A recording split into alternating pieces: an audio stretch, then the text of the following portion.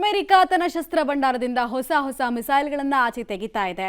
ನಾವು ಹೇಳ್ತಾ ಇದ್ವಿ ನಿಮಗೆ ಅನೇಕ ಬ್ಯಾಲಿಸ್ಟಿಕ್ ಮಿಸೈಲ್ಗಳು ಅಮೆರಿಕದ ಬಳಿ ಇದೆ. ಅದನ್ನು ಜಗತ್ತಿಗೆ ಪರಿಚಯ ಮಾಡೋದಕ್ಕೆ ಇವರು ರೆಡಿ ಇದ್ದಾರೆ ಅಂತ.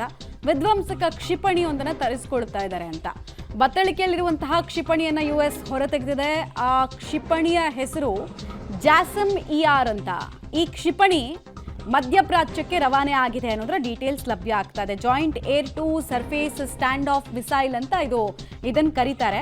600 ಮೈಲಿಗಳಿಗಿಂತ ಹೆಚ್ಚು ಈ JASSM-ER ಮಿಸೈಲ್ ಹಾರಬಹುದು. ಅದರ ಸಾಮರ್ಥ್ಯ ಏನು ಅನ್ನೋದನ್ನ ಹೇಳ್ತಾ ಇದ್ದೀವಿ. ಇದೆಲ್ಲ ಯಾಕೆ ಇಂಪಾರ್ಟೆಂಟ್ ಆಗುತ್ತೆ ಅಂತ ಹೇಳಿದ್ರೆ, ಎಲ್ಲಿಂದ ಎಲ್ಲಿಗೆ ಮಿಸೈಲ್ ರೇಂಜ್ ಇಟ್ಟರೆ ಎಲ್ಲಿಗೆ ಧ್ವಂಸ ಆಗುತ್ತೆ ಕಟ್ಟಡಗಳು, ಎಷ್ಟು ಜನ ಸಾಯ್ಬೋದು, ಅದಕ್ಕೆಲ್ಲ ಈ ಸಾಮರ್ಥ್ಯಗಳ ಡೀಟೇಲ್ಸ್ ಅಂತ ತಿಳ್ಕೊಳ್ಳೋದು ತುಂಬ ಇಂಪಾರ್ಟೆಂಟ್ ಆಗುತ್ತೆ.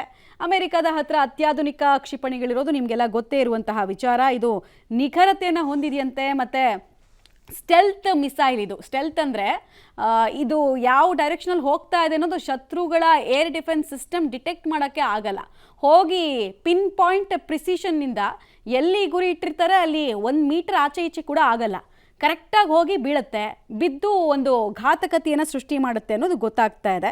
ಇನ್ಫ್ಯಾಕ್ಟ್ ಈಗ ಇತ್ತೀಚೆಗೆ S-400 ಸುದರ್ಶನ ಚಕ್ರ ಭಾರತದ ಹತ್ರ ಇದೆಯಲ್ಲ ಏರ್ ಡಿಫೆನ್ಸ್ ಸಿಸ್ಟಮು, ಅದನ್ನೂ ಭೇದಿಸಿ ಬೇಕಾದರೆ ಹೋಗಿ ಹೊಡೆಯುತ್ತೆ ಅನ್ನುವಂಥದ್ದು ಒಂದು ಡಿಫೆನ್ಸ್ ವಲಯದಲ್ಲಿ ಒಂದು ವಿಶ್ಲೇಷಣೆ ಇದೆ. ಡೀಟೇಲ್ಸ್ ಕೊಡ್ತಾರೆ ಶಬೀರ್. ಅಮೆರಿಕ ಡೆಫಿನೆಟ್ಲಿ ಡಿಫೆನ್ಸ್ ಇಂಡಸ್ಟ್ರಿಯಲ್ಲಿ ತನ್ನದೇ ಆದಂತಹ ಪಾರಮ್ಯವನ್ನು ಹೊಂದಿರುವಂತಹ ದೇಶ. ಸೊ ಸರ್ಪ್ರೈಸಿಂಗ್ ಮಿಸೈಲ್ಗಳನ್ನು ಆಚೆ ತೆಗಿತಾ ಇದೆ ಅನ್ನೋದು ಗೊತ್ತಾಗ್ತಾ ಇದೆ. ಏನೇನು ಆಗ್ಬೋದು. ಮತ್ತು ಇರಾನ್ ತನ್ನ ಅಸೆಟ್ಗಳನ್ನು ಅವರು ಕಳ್ಕೊಳ್ತಾ ಇದ್ದಾರೆ. ಟಾಪ್ ಕಮಾಂಡರ್ಸ್ನ ಅವರು ಕಳ್ಕೊಳ್ತಾ ಇದ್ದಾರೆ. ಅವ್ರಿಗಾಗ್ತಾ ಇರುವಂತಹ ಹಾನಿ ಬಗ್ಗೆ ಏನು ಲೇಟೆಸ್ಟ್ ಅಪ್ಡೇಟು, ಏನು ಲಾಸ್ ಆಗ್ತಾ ಇದೆ ಅಂತ?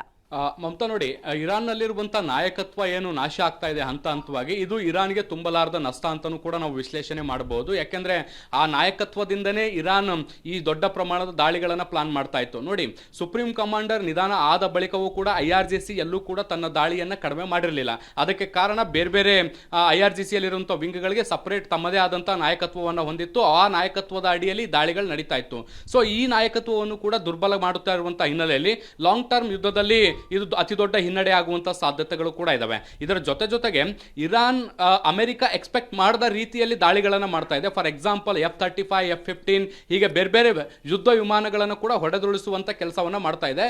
ಇದು ಅಮೆರಿಕಕ್ಕೆ ಬಹಳ ದೊಡ್ಡ ಸರ್ಪ್ರೈಸಿಂಗ್ ಎಲಿಮೆಂಟ್ ಆಗಿರುವಂಥದ್ದು. ಸೊ ಹೀಗಾಗಿ ಈಗ ಇರಾನನ್ನು ಬಗ್ಗಿ ಬಡಿಯುವಂಥ ದೃಷ್ಟಿಯಿಂದ ಅಮೆರಿಕವು ಕೂಡ ಹೊಸ ಹೊಸ ಶಸ್ತ್ರಾಸ್ತ್ರಗಳನ್ನು ತನ್ನ ಭಂಡಾರದಿಂದ ಹೊರ ತೆಗಿತಾ ಇರುವಂಥದ್ದು. ಈಗ ಹೊಸ ಮಿಸೈಲನ್ನು ಕೂಡ ಲಾಂಚ್ ಮಾಡುವಂಥ ನಿಟ್ಟಿನಲ್ಲಿ ತಯಾರಿಗಳು ಕೂಡ ನಡೀತಾ ಇದ್ದಾವೆ. ಅದನ್ನು ಮಧ್ಯಪ್ರಾಚ್ಯಕ್ಕೂ ಕೂಡ ರವಾನೆ ಮಾಡುವಂಥ ಕೆಲಸ ಮಾಡಲಾಗಿದೆ. ಬಹುಶಃ ಇವತ್ತಿಗೆ ಅಮೆರಿಕ ಅಧ್ಯಕ್ಷ ಡೊನಾಲ್ಡ್ ಟ್ರಂಪ್ ಕದನ ವಿರಾಮವನ್ನು ಏನು ಘೋಷಣೆ ಮಾಡಿದ್ರು ಅದು ಇವತ್ತಿಗೆ ಮುಗಿತಾ ಇದೆ. ಸೊ ನಾಳೆಯಿಂದ ಭೀಕರವಾದಂತಹ ತೀವ್ರ ದಾಳಿಗಳು ಏನಾದರೂ ಆದರೆ ಬಹುಶಃ ಈ ಮಿಸೈಲ್ಗಳನ್ನು ಬಳಕೆ ಮಾಡುವಂತಹ ಸಾಧ್ಯತೆಗಳು ಭವಿಷ್ಯದಲ್ಲಿ ಕಂಡು ಬರ್ತಾ ಇರುವಂಥದ್ದು. ನೋಡಿ, ಈ ಶಸ್ತ್ರಾಸ್ತ್ರಗಳು ಹೇಗಿದಾವೆ ಅಂದ್ರೆ ಇನ್ನು ಮುಂದೆ ಬಳಕೆ ಮಾಡ್ತಾ ಇರುವಂಥದ್ದು, ಯಾವುದೇ ಮಿಸೈಲ್ ಅನ್ನು ಉಡಾಯಿಸಿದಂಥ ಸಂದರ್ಭದಲ್ಲಿ ಅದು ಎಲ್ಲೂ ಹೋಗಿ ಲ್ಯಾಂಡ್ ಆಗುತ್ತೆ ಅಥವಾ ಬ್ಲಾಸ್ಟ್ ಆಗುತ್ತೆ ಅನ್ನುವಂಥದ್ದನ್ನ ಮುಂಚೆನೆ ಪ್ರಿಡಿಕ್ಟ್ ಮಾಡಬಹುದು. ಆದರೆ ಇದು ಯಾವುದೂ ಕೂಡ ಇದಕ್ಕೆ ಸಾಧ್ಯ ಆಗದೇ ಇರುವಂತಹ ಒಂದಷ್ಟು ಶಸ್ತ್ರಾಸ್ತ್ರಗಳನ್ನು ಇರಾನ್ ಮೇಲೆ ಪ್ರಯೋಗ ಮಾಡಲಿಕ್ಕೆ ಕೂಡ ಈಗ ಅಮೆರಿಕ ಸಿದ್ಧತೆ ಮಾಡ್ಕೊಳ್ತಾ ಇದೆ. ಮಮತಾ, ಥ್ಯಾಂಕ್ ಯು ಶಬೀರ್, ತಮ್ಮ ಎಲ್ಲ ಮಾಹಿತಿಗಾಗಿ ಧನ್ಯವಾದ.